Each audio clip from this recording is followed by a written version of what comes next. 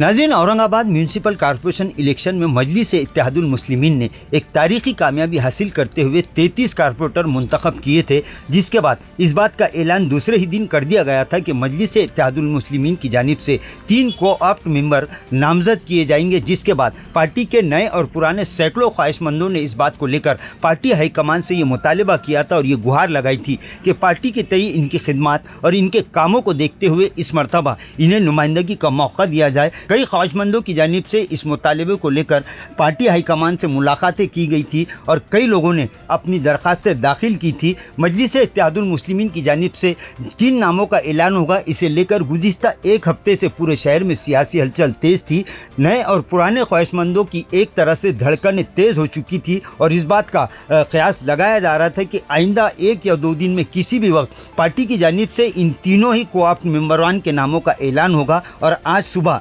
Party supremo Asaduddin Owaisi ने अपने Twitter handle के जरिए ट्वीट करते हुए औरंगाबाद म्यूनसिपल कॉर्पोरेशन में मजलिस इत्तेहादुल मुस्लिमीन की जानिब से 3 को-ऑप्ट मेंबरान के नामों का ऐलान किया, जिनमें साबिक कारपोरेटर शेख अहमद, मोहम्मद असरार और कुनाल खरात के नाम शामिल है। नाज़रीन, म्यूनसिपल कॉर्पोरेशन में इन तीनों ही को मजलिस की जानिब से को-ऑप्ट मेंबर नामजद करने का ऐलान अब हो चुका है, जिसके बाद तमामी क़ियास आराइयों पर अब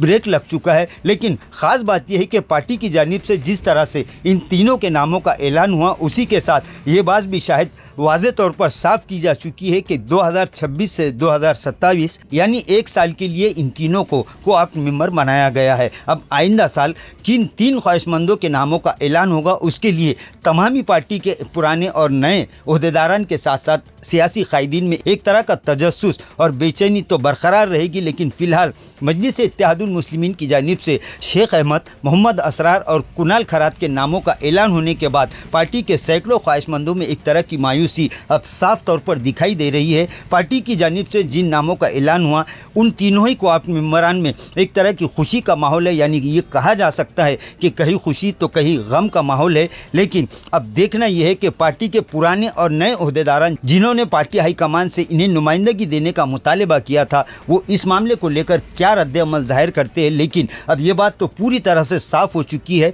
और जिस तरह से गुज़िश्ता 15-20 दिनों से औरंगाबाद में को-ऑप्ट मेंबरान को लेकर मजलिस इत्तेहादुल मुस्लिमीन में जिस तरह से सियासी हलचल तेज थी, अब उस पर पूरी तरह से ब्रेक लग चुका है। मजलिस इत्तेहादुल मुस्लिमीन की जानिब से ये तीनों ही को-ऑप्ट मेंबरान अब म्यूनसिपल कॉर्पोरेशन में 2026 और 2027 यानी 1 साल तक पार्टी की जानिब से नुमाइंदगी करेंगे। अब देखना यह है कि इस मामले को लेकर पार्टी अलाकायदीन के इस फैसले के बाद पार्टी के पुराने और नए ओहदेदारान का रद्द-ए-अमल क्या होता है, ये देखने वाली बात होगी।